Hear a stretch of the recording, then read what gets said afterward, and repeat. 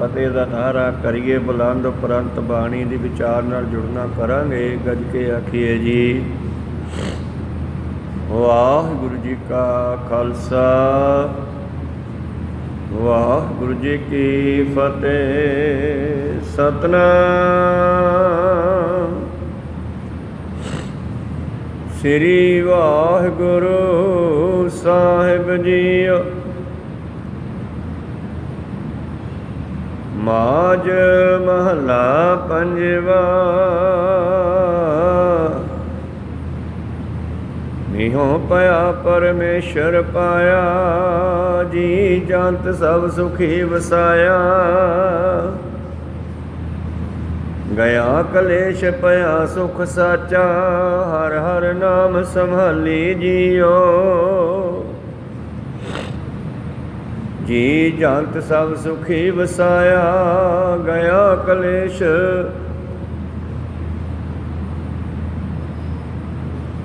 ਮੀਂਹ ਪਿਆ ਪਰਮੇਸ਼ਰ ਪਾਇਆ। ਜੀ ਜੰਤ ਸਭ ਸੁਖੀ ਵਸਾਇਆ, ਗਿਆ ਕਲੇਸ਼ ਪਿਆ ਸੁਖ ਸਾਚਾ। ਹਰ ਹਰ ਨਾਮ ਸੰਭਾਲੀ ਜੀਓ। ਗਿਆ ਕਲੇਸ਼ ਪਿਆ ਸੁਖ ਸਾਚਾ, ਹਰ ਹਰ ਨਾਮ ਸੰਭਾਲੀ ਜੀਓ। ਵਾਹਿਗੁਰੂ। ਇਹ ਪਵਿੱਤਰ ਬਚਨ ਪੰਜਵੇਂ ਪਾਤਸ਼ਾਹ ਸ਼ਹੀਦਾਂ ਦੇ ਸਿਰਤਾਜ ਛਤਰ ਚਬਰ ਤਖਤ ਦੇ ਮਾਲਕ ਹਲਤ ਪਲਟ ਕੇ ਰੱਖਿਅਕ ਆਪ ਪਰਮੇਸ਼ਰ ਸਤਿਗੁਰੂ ਧੰਨ ਧੰਨ ਸ੍ਰੀ ਗੁਰੂ ਅਰਜਨ ਦੇਵ ਮਹਾਰਾਜ ਜੀ ਦੇ ਉਚਾਰਨ ਕੀਤੇ ਹੋਏ ਹਨ। ਇਹਨਾਂ ਪਵਿੱਤਰ ਸ਼ਬਦਾਂ ਰਾਹੀਂ ਸਤਿਗੁਰੂ ਸ੍ਰੀ ਗੁਰੂ ਅਰਜਨ ਦੇਵ ਮਹਾਰਾਜ ਜੀ ਕੀ ਬਖਸ਼ਿਸ਼ ਕਰਦੇ ਹਨ, ਉਦਾਹਰਨ ਦਿੰਦੇ ਹਨ ਮੀਂਹ ਦੀ। ਜਿਸ ਤਰ੍ਹਾਂ ਜੇਠ ਹਾੜ ਦੀ ਸਾਉਣ ਭਾਦੋਂ ਦੀ ਬਹੁਤ ਜ਼ਿਆਦਾ ਗਰਮੀ ਦੇ ਵਿੱਚ ਮੀਂਹ ਪੈ ਜਾਵੇ ਤੇ ਜੀਵਾਂ ਨੂੰ ਸੁੱਖ ਮਿਲਦਾ ਹੈ, ਸ਼ਾਂਤੀ ਮਿਲਦੀ ਹੈ, ਗਰਮੀ ਦੀ ਤਪਸ਼ ਖਤਮ ਹੋ ਜਾਂਦੀ ਹੈ ਅਤੇ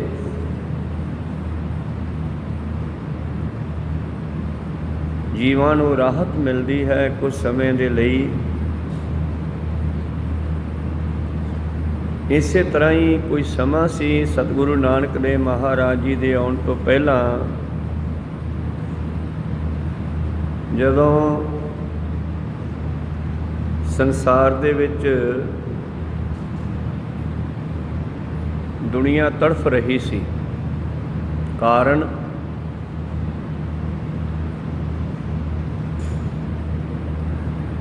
ਕਿ ਕੁਝ ਅਖੌਤੀ ਧਰਮ ਦੇ ਮੁਖੀ ਲੋਕ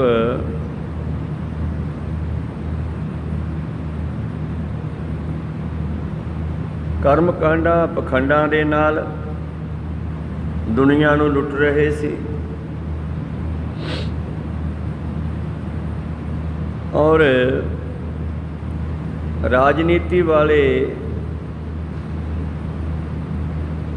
ਆਪਣੇ ਢੰਗ ਦੇ ਨਾਲ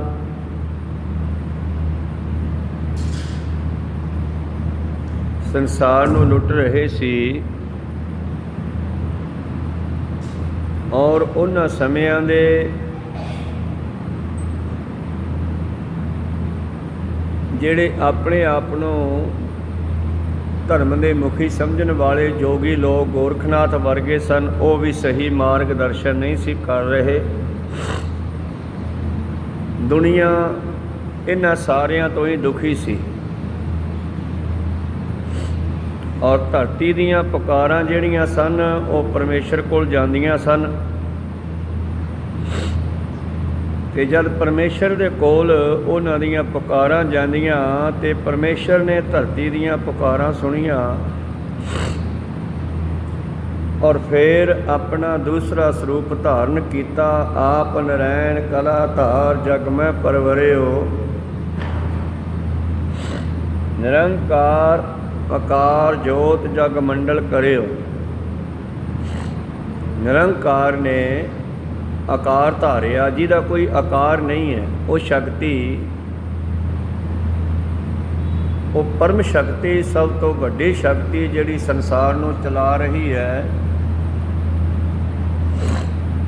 ਪਰ ਆਕਾਰ ਤੋਂ ਰਹਿਤ ਹੈ। ਉਹਨੇ ਆਕਾਰ ਧਾਰਿਆ ਗੁਰੂ ਨਾਨਕ ਦੇਵ ਜੀ ਦਾ। ਭਾਵ ਮਾਤਾ ਤ੍ਰਿਪਤਾ, ਪਿਤਾ ਮਹਿਤਾ ਕਾਲੂ ਜੀ ਦੇ ਰਾਹੀਂ ਮਾਤ ਲੋਕ ਦੇ ਵਿੱਚ ਮਾਨਸ ਜਾਮਾ ਲੈ ਕੇ ਗੁਰੂ ਬਣ ਕੇ ਦੁਨੀਆ ਵਿੱਚ ਆਏ। ਦੁਨੀਆ ਦੀ ਹਾਲਤ ਵੇਖੀ, ਬਾਬਾ ਦੇਖੈ ਧਿਆਨ ਧਰ ਜਲਤੀ ਸਭ ਪ੍ਰਿਥਵੀ ਦਿਸਿਆਈ। ਸਾਰੀ ਦੁਨੀਆ ਸੜਦੀ ਬਲਦੀ ਦਿਖਾਈ ਦਿੱਤੀ। ਜਦ ਚੱਲਿਆ ਸੋਧਣ ਧਰਤ ਲੁਕਾਈ, ਤੇ ਫਿਰ ਧੰਨ ਗੁਰੂ ਨਾਨਕ ਦੇ ਮਹਾਰਾਜ ਜੀ ਉਦਾਸੀਆਂ ਲਾਉਂਦੇ ਆ।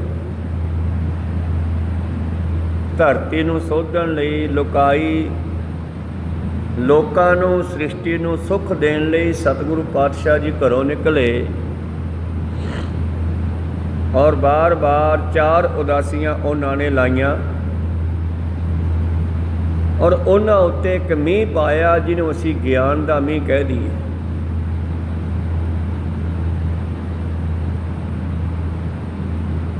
ਤਾਂ ਉਹ ਪਾਇਆ ਕਿਹਨੇ? ਪਰਮੇਸ਼ਰ ਨੇ। ਨਾਨਕ ਬਣ ਕੇ, ਗੁਰੂ ਬਣ ਕੇ, ਮਾਤ ਲੋਕ ਵਿੱਚ ਆ ਕੇ ਜਦੋਂ ਉਹਨਾਂ ਨੇ ਹਾਲਤ ਵੇਖੀ, ਰਾਜੇ ਸ਼ੀਂਹ ਮੁਕੱਦਮ ਕੁੱਤੇ, ਜਿਹੜੇ ਰਾਜੇ ਹਨ ਉਹ ਬਘਿਆੜਾਂ ਦਾ ਰੂਪ ਧਾਰ ਚੁੱਕੇ ਸੀ।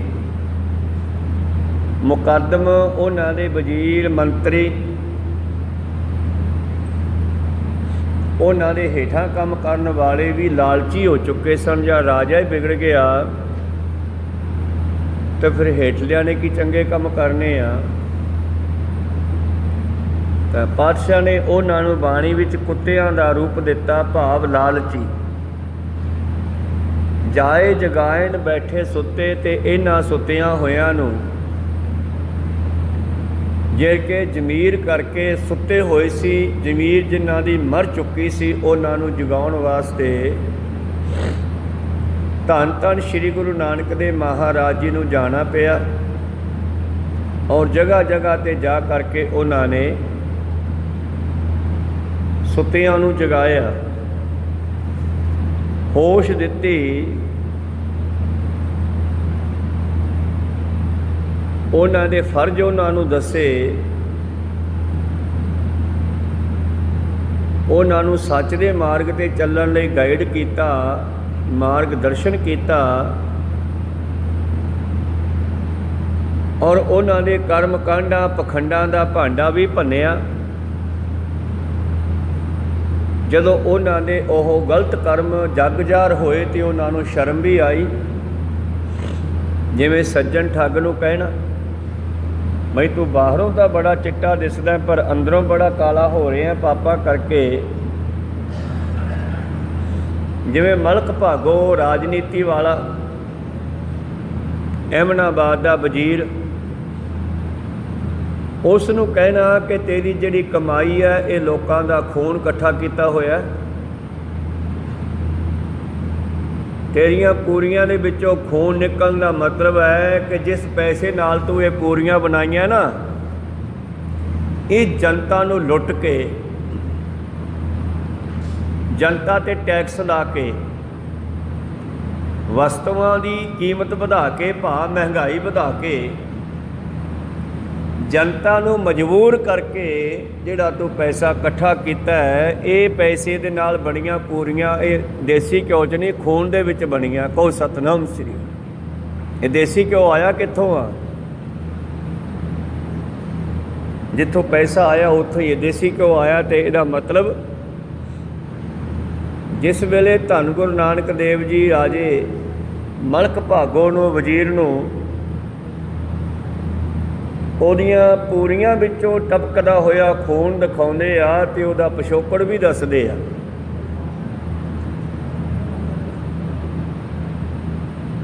ਹੱਕ ਪਰਾਇਆ ਨਾਨਕਾ ਉਹ ਸੂਰ ਉਸ ਗਾਏ, ਗੁਰਪੀਰ ਹਮਾ ਤਾਂ ਭਰੇ ਜਾਂ ਮੁਰਦਾਰ ਨਾ ਖਾਏ। ਪਰਾਇਆ ਹੱਕ ਖਾਣਾ ਹਿੰਦੂ ਵਾਸਤੇ ਗਾਂ ਖਾਣ ਦੇ ਬਰਾਬਰ ਹੈ, ਮੁਸਲਮਾਨ ਵਾਸਤੇ ਸੂਰ ਖਾਣ ਦੇ ਬਰਾਬਰ ਹੈ। ਸੂਰ ਨੂੰ ਨਫ਼ਰਤ ਕਰਦੇ ਆ ਪਰ ਰਿਸ਼ਵਤ ਨੂੰ ਨਫ਼ਰਤ ਨਹੀਂ ਕਰਦੇ, ਉਹ ਲੈਂਦੇ ਆ ਹੱਸ ਕੇ ਖੁਸ਼ ਹੋ ਕੇ। ਰਿਸ਼ਵਤ ਵੀ ਤੁਹਾਡੇ ਵਾਸਤੇ ਸੂਰ ਵਰਗੀ ਹੋਵੇ ਤੇ ਹਿੰਦੂ ਵਾਸਤੇ ਰਿਸ਼ਵਤ ਜਿਹੜੀ ਹੈ ਗਾਂ ਵਰਗੀ ਹੋਵੇ, ਭਾਵ ਗਾਂ ਵੀ ਨਹੀਂ ਖਾਂਦਾ ਤੇ ਰਿਸ਼ਵਤ ਵੀ ਨਾ ਖਾਵੇ ਪਰ ਖਾਂਦੇ ਆ। ਇਸ ਕਰਕੇ ਇਹਨਾਂ ਦੋਹਾਂ ਦੀ ਗੁਰੂ ਪੀਰ ਧਰਮਰਾਜ ਦੇ ਕੋਲ ਤਾਂ ਹਾਮੀ ਭਰੇਗਾ ਜੇ ਇਹ ਦੋਨੇ ਚੀਜ਼ਾਂ ਛੱਡਣਗੇ। ਤੋ ਖੈਰ ਆਪਾਂ ਪਹਿਲਾਂ ਸੰਸਾਰੀ ਉਦਾਹਰਨ ਸ਼ੁਰੂ ਕਰੀਏ। ਮਾਝ ਮਹੱਲਾ ਪੰਜਵਾ। ਮੀਂਹ ਪਿਆ ਪਰਮੇਸ਼ਰ ਪਾਇਆ, ਜੀ ਜੰਤ ਸਭ ਸੁਖੀ ਵਸਾਇਆ। ਇੱਕ ਵਾਰ ਦੀ ਗੱਲ ਹੈ ਕਿ ਬਹੁਤ ਮੀਂਹ ਪਿਆ, ਬੜੀ ਗਰਮੈਸ਼ ਸੀ, ਬੜੀ ਗਰਮੀ ਦੇ ਨਾਲ ਜੀਵ ਤੜਫ ਰਹੇ ਸੀ।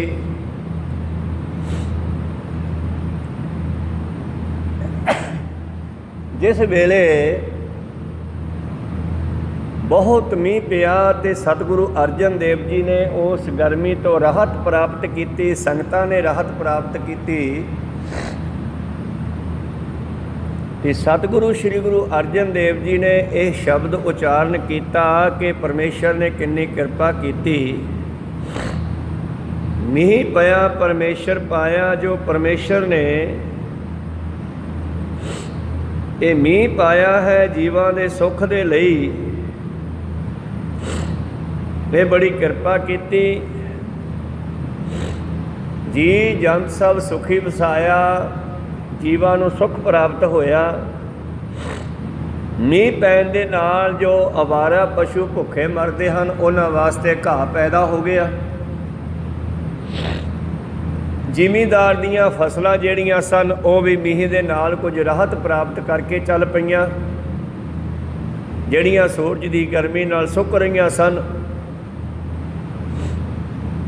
ਔਰ ਜੀਵ ਜਨਤਾ ਨੂੰ, ਮਨੁੱਖ ਨੂੰ ਕੁਝ ਗਰਮੀ ਤੋਂ ਰਾਹਤ ਮਿਲੀ। ਧੰਨ ਧੰਨ ਸ਼੍ਰੀ ਗੁਰੂ ਅਰਜਨ ਦੇਵ ਮਹਾਰਾਜ ਜੀ ਸ਼ੁਕਰੀਆ ਕਰਦੇ ਆ ਪਰਮੇਸ਼ਰ ਦਾ।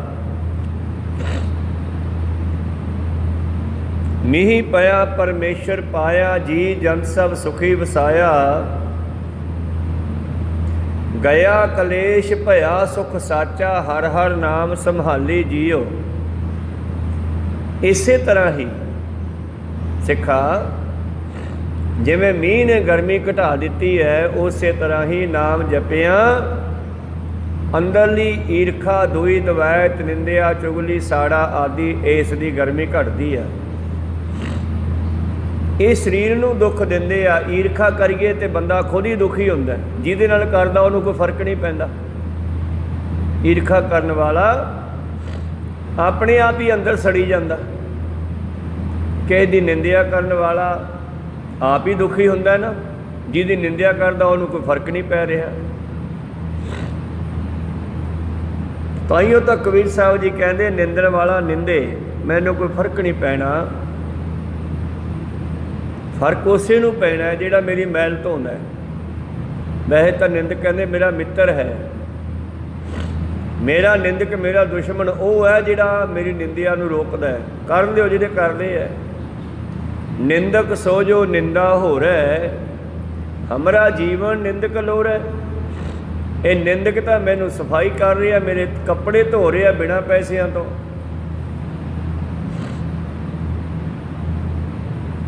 ਨਿੰਦਾ ਕਰੇ ਸੋ ਹਮਾਰਾ ਮੀਤ, ਨਿੰਦਕ ਮਾਹੇ ਹਮਾਰਾ ਚੀਤ।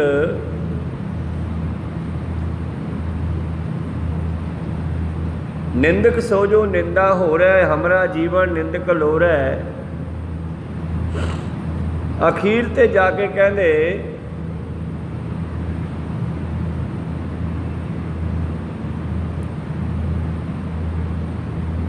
ਕਿ ਮੈਂ ਇਹ ਤੱਤ ਕੱਢਿਆ, ਨਿੰਦਕ ਡੂਬਾ ਹਮ ਉਤਰੇ ਪਾਰ। ਨਿੰਦਿਆ ਕਰਨ ਵਾਲਾ ਡੁੱਬ ਜਾਵੇਗਾ, ਅਸੀਂ ਪਾਰ ਹੋ ਜਾਵਾਂਗੇ। ਕਿਉਂਕਿ ਸਾਡੀਆਂ ਮੈਲਾਂ ਉਹਨੇ ਰੱਖ ਲਈਆਂ, ਸਾਡੀਆਂ ਗਲਤੀਆਂ ਉਹਨੇ ਚੱਕ ਲਈਆਂ, ਸਾਡੇ ਔਗਣ ਉਸ ਨੇ ਚੱਕ ਲਏ। ਪਰ ਨਿੰਦਾ ਪਰਮਲ ਮੁਖ ਸੁਧੀ, ਅਗਨ ਕ੍ਰੋਧ ਚੰਡਾਲ। इस करके ਜਿਹੜੇ ਜੀਵ ਦੇ ਅੰਦਰਲੇ ਕਲੇਸ਼ ਹੈ ਉਹ ਨਾਮ ਜਪ ਕੇ ਦੂਰ ਹੋਣਗੇ, ਜਿਹੜੇ ਬਾਹਰਲੇ ਦੁੱਖ ਹੈ ਉਹ ਜਿਵੇਂ ਮੀਂਹ ਪੈ ਕੇ ਦੂਰ ਹੋ ਗਏ। ਅਵਾਰਾ ਪਸ਼ੂਆਂ ਲਈ ਘਾਹ ਉੱਗਰ ਆਇਆ, ਮਨੁੱਖਾਂ ਦੇ ਲਈ ਫਸਲਾਂ ਹੋਣ ਲੱਗੀਆਂ, ਸਬਜ਼ੀਆਂ ਨੂੰ ਅਸਰ ਪਿਆ, ਫਸਲਾਂ ਨੂੰ ਅਸਰ ਪਿਆ, ਫਾਇਦਾ ਹੋਇਆ ਨਾ ਸ੍ਰਿਸ਼ਟੀ ਦਾ। ਇਸੇ ਤਰ੍ਹਾਂ ਹੀ ਪਾਤਸ਼ਾਹ ਕਹਿੰਦੇ ਗਿਆ ਕਲੇਸ਼ ਭਇਆ ਸੁਖ ਸਾਚਾ, ਹਰ ਹਰ ਨਾਮ ਸੰਭਾਲੀ ਜੀਓ। ਇਸੇ ਤਰ੍ਹਾਂ ਹੀ ਜਦੋਂ ਅਸੀਂ ਹਰੀ ਦੇ ਨਾਮ ਨੂੰ ਸੰਭਾਲਾਂਗੇ, ਜਿਵੇਂ ਧਰਤੀ ਨੇ ਮੀਂਹ ਦੇ ਪਾਣੀ ਨੂੰ ਸੰਭਾਲਿਆ, ਧਰਤੀ ਦੇ ਵਿੱਚ ਪਾਣੀ ਗਿਆ ਅਤੇ ਧਰਤੀ ਨੇ ਸੋਖ ਲਿਆ, ਅਤੇ ਸੋਖਣ ਦੇ ਨਾਲ ਹੀ ਘਾਹ ਫੂਸ, ਫਸਲਾਂ, ਫਲ ਫਰੂਟ, ਸਬਜ਼ੀਆਂ ਆਦਿ ਸਭ ਪੈਦਾ ਹੋਣ ਲੱਗੀਆਂ। ਜਦੋਂ ਸਾਡੀ ਹਿਰਦੈ ਰੂਪੀ ਧਰਤੀ ਨੇ ਨਾਮ ਨੂੰ ਸੋਖ ਲਿਆ, ਭਾਵ ਨਾਮ ਨੂੰ ਹਿਰਦੇ ਵਿੱਚ ਵਸਾ ਲਿਆ। ਕੱਲ੍ਹ ਵੀ ਸਤਿਗੁਰੂ ਗੱਲ ਕਰ ਰਹੇ ਸੀ, ਚਰਨ ਠਾਕੁਰ ਕੇ ਹਿਰਦੈ ਸਮਾਣੇ, ਕਲ ਕਲੇਸ਼ ਸਭ ਦੂਰ ਪਿਆਣੇ। ਜਦੋਂ ਪਰਮੇਸ਼ਰ ਦੇ ਚਰਨ ਸਰੂਪ ਬਾਣੀ, ਕਿਉਂਕਿ ਬਾਣੀ ਹੀ ਪਰਮੇਸ਼ਰ ਦਾ ਰੂਪ ਹੈ ਅਤੇ ਬਾਣੀ ਹੀ ਪਰਮੇਸ਼ਰ ਦੇ ਚਰਨ ਹੈ। ਬਾਹੋ ਬਾਹੋ ਬਾਣੀ ਨਿਰੰਕਾਰ ਹੈ, ਤਿਸ ਜੇਵੜ ਅਵਰ ਨ ਕੋਏ। ਇਸ ਕਰਕੇ ਜਦੋਂ ਹਿਰਦੇ ਵਿੱਚ ਹਰੀ ਦੀ ਬਾਣੀ ਵਸ ਗਈ ਤਾਂ ਅੰਦਰੋਂ ਗਰਮੈਸ਼ ਘਟ ਗਈ, ਈਰਖਾ ਘਟ ਗਈ, ਨਿੰਦਾ ਘਟ ਗਈ, ਚੁਗਲੀ ਘਟ ਗਈ, ਅੰਦਰੋਂ ਸਾੜਾ ਘਟ ਗਿਆ, ਅੰਦਰੋਂ ਕਾਮ ਉੱਡ ਗਿਆ। ਇਹ 5 ਵਿਕਾਰ ਹੈ ਜਿਹੜੇ ਇਹ ਵੀ ਘਟਦੇ ਆ, ਇਹਨਾਂ 'ਤੇ ਅਸਰ ਪੈਂਦਾ। ਕਾਮ ਵਾਸ਼ਨਾ ਖਤਮ ਹੋ ਗਈ, ਕਾਮ ਕ੍ਰੋਧ ਲੋਭ ਮੋਹ ਬਿਨ ਜਾਏ ਆਮੇਵ, ਨਾਨਕ ਪ੍ਰਭ ਸ਼ਰਨਾਗਤੀ ਕਰ ਪ੍ਰਸਾਦ ਗੁਰਦੇਵ। ਹੈ ਗੁਰਦੇਵ ਕਿਰਪਾ ਕਰੋ, ਇਹਨਾਂ 5 ਤੋਂ ਖਹਿੜਾ ਛਡਾਓ। ਤੇ ਛੁੱਟਿਆ ਕਿਵੇਂ? ਗਿਆ ਕਲੇਸ਼ ਭਇਆ ਸੁਖ ਸਾਚਾ, ਹਰ ਹਰ ਨਾਮ ਸੰਭਾਲੀ ਜੀਓ। ਜਦੋਂ ਹਰੀ ਦੇ ਨਾਮ ਨੂੰ ਸੰਭਾਲਣਾ ਕੀਤਾ, ਜਿਸਕੇ ਸੇ ਤਿਨ ਹੀ ਪ੍ਰਤਪਾਰੇ, ਜਿਹਨੇ ਦੁਨੀਆ ਸਾਜੀ ਆ ਉਸੇ ਨੂੰ ਫਿਕਰ ਹੈ ਨਾ। ਜ਼ਿਮੀਂਦਾਰ ਨੂੰ ਆਪਣੀ ਖੇਤੀ ਦਾ ਫਿਕਰ ਹੈ, ਉਹ ਆਪੋ ਆਪਣੇ ਖੇਤਾਂ ਵਿੱਚ ਗੇੜਾ ਮਾਰਦੇ ਆ। ਇਸੇ ਤਰ੍ਹਾਂ ਹੀ ਪਰਮੇਸ਼ਰ ਨੂੰ ਆਪਣੀ ਖੇਤੀ ਭਾਵ ਸ੍ਰਿਸ਼ਟੀ ਦਾ ਫਿਕਰ ਆ। ਜਿਨ ਉਪਾਈ ਰੰਗ ਰਵਾਈ, ਬੈਠਾ ਵੇਖੈ ਵੱਖ ਅਕੇਲਾ। ਮਿਹਰਬਾਨ ਸਹਿ ਮਿਹਰਬਾਨ, ਸਹਿ ਮੇਰਾ ਮਿਹਰਬਾਨ ਜੀ, ਸਗਲ ਕੋ ਦੇ ਦਾਨ। ਤੂੰ ਕਾਹੇ ਡੋਲੇ ਪ੍ਰਾਣੀਆਂ, ਤੁਧ ਰਾਖੇਗਾ ਸਿਰਜਨਹਾਰ। ਜਿਨ ਪੈਦਾਇਸ਼ ਤੂੰ ਕੀਆ, ਸੋਈ ਦੇ ਆਧਾਰ। ਜਿਨ ਉਪਾਈ ਮੇਦਨੀ, ਸੋਈ ਕਰਦਾ ਸਾਰ। ਘਟ ਘਟ ਮਾਲਕ ਜੀਆਂ ਕਾ, ਸਾਰੇ ਜੀਵਾਂ ਦਾ ਉਹ ਮਾਲਕ ਹੈ। ਤੇ ਮਨੁੱਖ ਦਾ ਕੰਮ ਹੈ, ਕਰ ਬੰਦੇ ਤੂੰ ਬੰਦਗੀ, ਜਿਚਰ ਘਟ ਮੈਂ ਸਾਹੋ। ਜਿੰਨਾ ਚਿਰ ਤੇਰੇ ਵਿਸ਼ਵਾਸ ਚੱਲਦੇ ਆ ਤੂੰ ਬੰਦਗੀ ਕਰ। ਪ੍ਰੀਤਮ ਜੀ ਕਹਿੰਦੇ ਹੁਣ ਕੀ ਹੋਇਆ? ਜਿਸਕੇ ਸੇ ਤਿਨ ਹੀ ਪ੍ਰਤਪਾਰੇ, ਪਾਰ ਬ੍ਰਹਮ ਪ੍ਰਭ ਭਈ ਰਖਵਾਰੇ। ਹੁਣ ਦੂਸਰਾ ਅਰਥ ਇਹਦਾ ਆਪਾਂ ਕਰੀਏ ਕਿ ਧੰਨ ਧੰਨ ਸ਼੍ਰੀ ਗੁਰੂ ਨਾਨਕ ਦੇਵ ਮਹਾਰਾਜ ਜੀ ਦੇ ਆਉਣ ਤੋਂ ਪਹਿਲਾਂ ਸ੍ਰਿਸ਼ਟੀ ਦੇ ਵਿੱਚ ਬੜਾ ਹੀ ਜ਼ੁਲਮ ਹੋ ਰਿਹਾ ਸੀ, ਜ਼ੁਲਮ ਦਾ ਬੋਲ ਬਾਲਾ ਸੀ। ਕੂੜ ਅਮਾਵ ਸੱਚ ਚੰਦਰਮਾ ਦੀਸੈ, ਨਾਹੀ ਕਹਿ ਚੜ੍ਹਿਆ। ਕੂੜ ਦੀ ਮੱਸਿਆ ਫੈਲ ਚੁੱਕੀ ਸੀ। ਆ ਪਿਛਲੇ ਦਿਨੀ ਮੱਸਿਆ ਲੰਘੀ। ਮੱਸਿਆ ਨੂੰ ਅਸੀਂ ਬੜਾ ਧਾਰਮਿਕ ਸਥਾਨਾਂ 'ਤੇ ਜਾ ਕੇ ਹਾਜ਼ਰੀਆਂ ਭਰਦੇ ਹਾਂ, ਪਰ ਬਾਕੀ ਦਿਨਾਂ ਵਿੱਚ ਅਗਿਆਨਤਾ ਦੀ ਮੱਸਿਆ ਤਾਂ ਹਮੇਸ਼ਾ ਹੀ ਸਾਡੇ ਦਿਮਾਗ 'ਤੇ ਭਰੀ ਹੋਈ ਆ। ਮੱਸਿਆ ਵਾਲੇ ਦਿਨ ਹਨੇਰਾ ਹੀ ਹੁੰਦਾ ਹੈ ਨਾ, ਰਾਤ ਨੂੰ ਗੂੜਾ ਹਨੇਰਾ ਹੁੰਦਾ ਹੈ। ਤੇ ਆਦਿ ਮਨੁੱਖ ਮੱਸਿਆ ਤੋਂ ਬੜਾ ਡਰਦਾ ਸੀ, ਕਿਉਂਕਿ ਬਾਕੀ ਦਿਨਾਂ ਵਿੱਚ ਤਾਂ ਚੰਦਰਮਾ ਦੀ ਰੋਸ਼ਨੀ ਹੁੰਦੀ ਸੀ ਰਾਤ ਨੂੰ, ਪਰ ਮੱਸਿਆ ਦੇ ਵਾਲੇ ਦਿਨ ਚੰਦਰਮਾ ਲੱਭਦਾ ਨਹੀਂ ਸੀ, ਘੁੱਪ ਹਨੇਰਾ ਹੋ ਜਾਂਦਾ ਸੀ। ਤੇ ਆਦਿ ਮਨੁੱਖ ਜੰਗਲਾਂ ਵਿੱਚ ਰਹਿਣ ਵਾਲਾ ਮਨੁੱਖ ਜਿਹੜਾ ਬੜਾ ਡਰਦਾ ਸੀ ਉਸ ਰਾਤ ਨੂੰ, ਕਿਉਂਕਿ ਉਸ ਗੂੜੇ ਹਨੇਰੇ ਵਿੱਚ ਸ਼ੇਰ ਆਦਿ ਜਾਨਵਰ ਹਮਲਾ ਕਰ ਦਿੰਦੇ ਤੇ ਖਾ ਜਾਂਦੇ ਮਾਰ ਕੇ। ਤੇ ਇੱਕ ਵਾਰ ਕਹਿੰਦੇ ਜੰਗਲ ਨੂੰ ਅੱਗ ਲੱਗੀ ਤੇ ਆਦਿ ਮਨੁੱਖ ਨੇ ਦੇਖਿਆ ਵੀ ਆਹ ਚਾਨਣ ਕਿਵੇਂ ਹੋ ਗਏ, ਅੱਜ ਰਾਤ ਨੂੰ ਮੱਸਿਆ ਤਾਂ। ਅਸਲ ਦੇ ਵਿੱਚੋਂ ਅੱਗ ਪ੍ਰਗਟ ਹੋ ਗਈ, ਬਾਂਸਾਂ ਦੇ ਵਿੱਚੋਂ ਅੱਗ ਲੱਗ ਗਈ। ਤੇ ਆਦਿ ਮਨੁੱਖ ਨੂੰ ਗਿਆਨ ਇੰਨਾ ਨਹੀਂ ਸੀ, ਉਹਨੇ ਸੋਚਿਆ ਇਹ ਕੋਈ ਦੇਵਤਾ ਪ੍ਰਗਟ ਹੋ ਗਏ ਆ। ਵੈਸੇ ਬਾਣੀ ਨੇ ਦੇਵਤਾ ਮੰਨਿਆ, ਇਹ 5 ਤੱਤ 5 ਦੇਵਤੇ ਮੰਨੇ ਗਏ ਆ ਬਾਣੀ ਦੇ ਵਿੱਚ।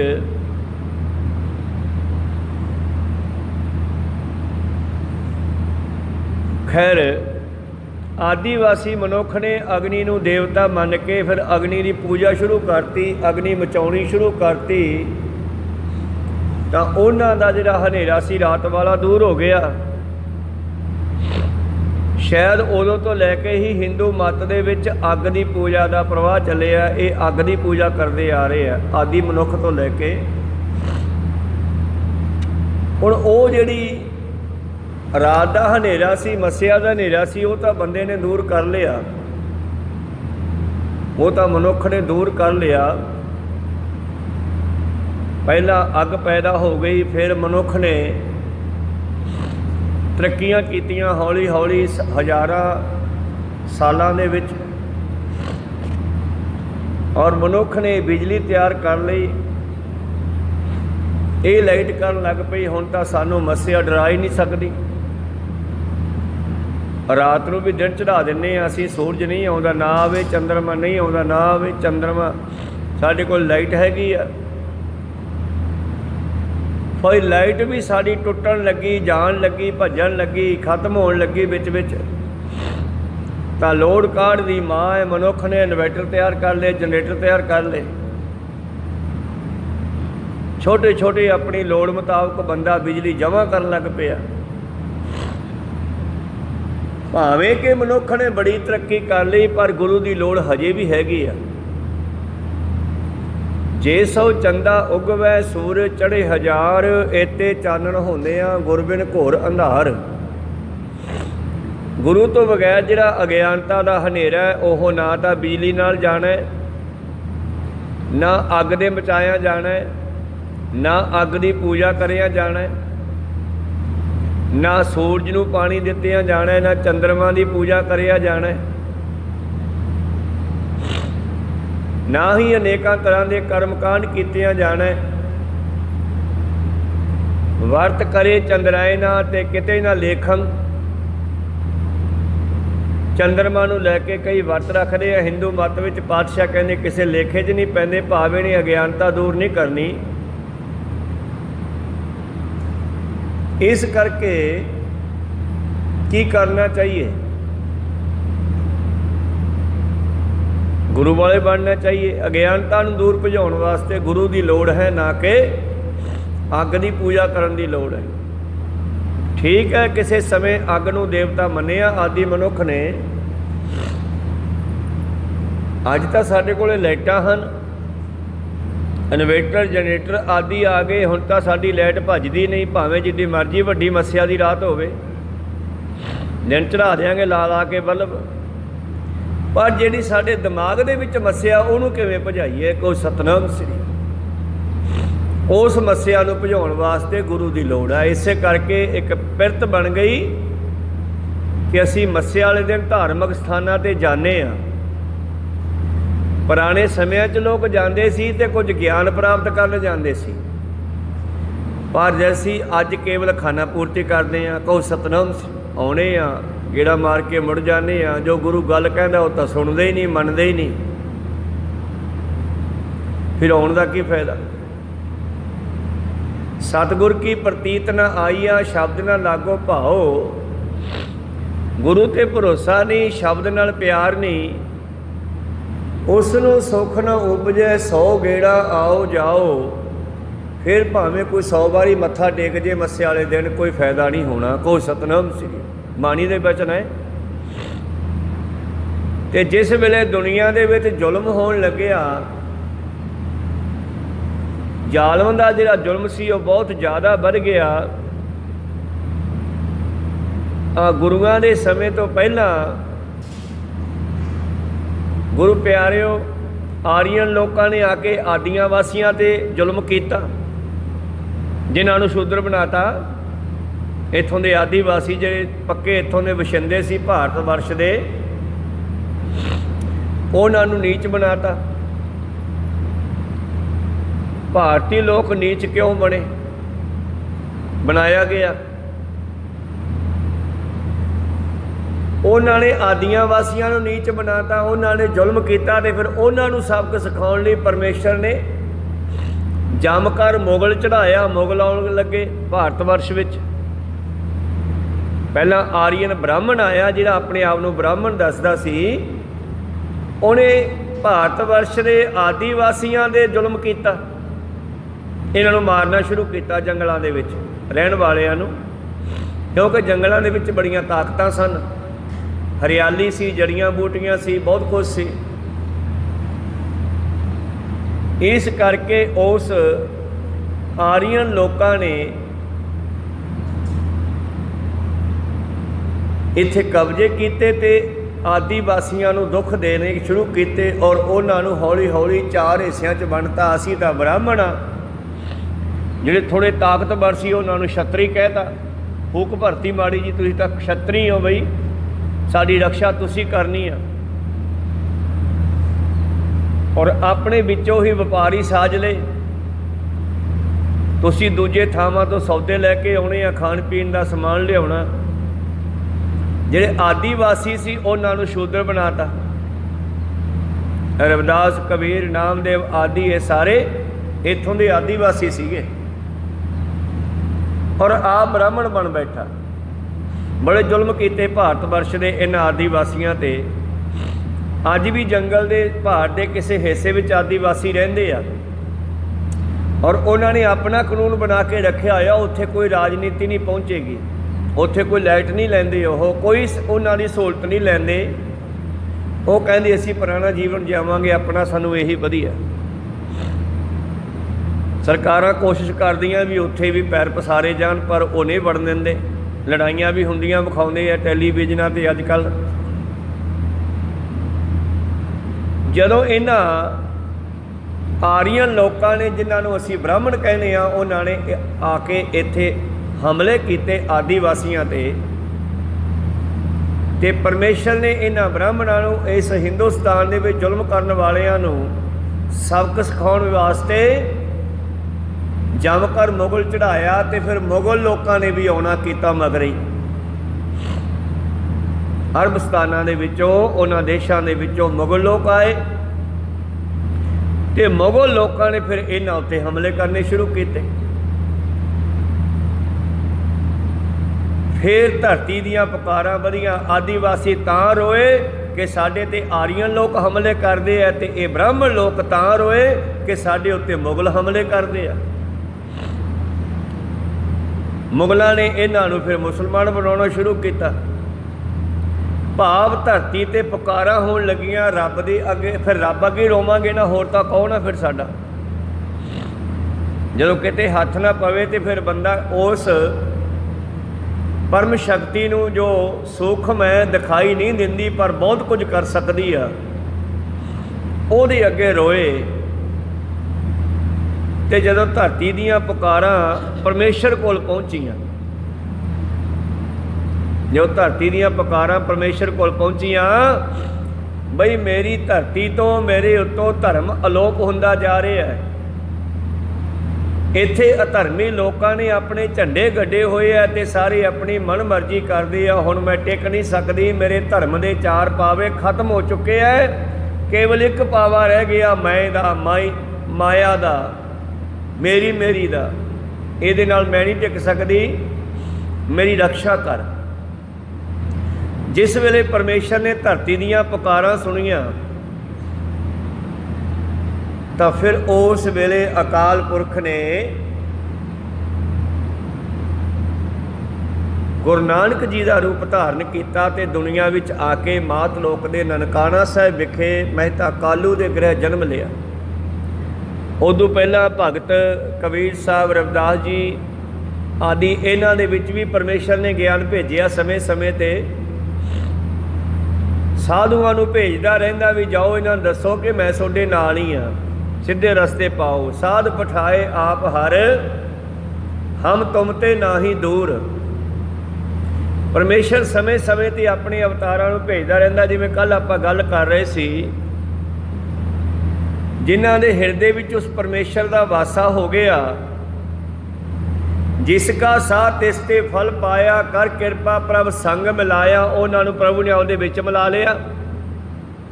ਆਵਣ ਜਾਣ ਰਹੇ ਵਡਭਾਗੀ, ਨਾਨਕ ਪੂਰਨ ਆਸਾ ਜੀਓ। ਉਹਨਾਂ ਰੂਹਾਂ ਦਾ ਆਉਣਾ ਜਾਣਾ, ਜੰਮਣਾ ਮਰਨਾ ਖਤਮ ਹੋ ਗਿਆ, ਪਰ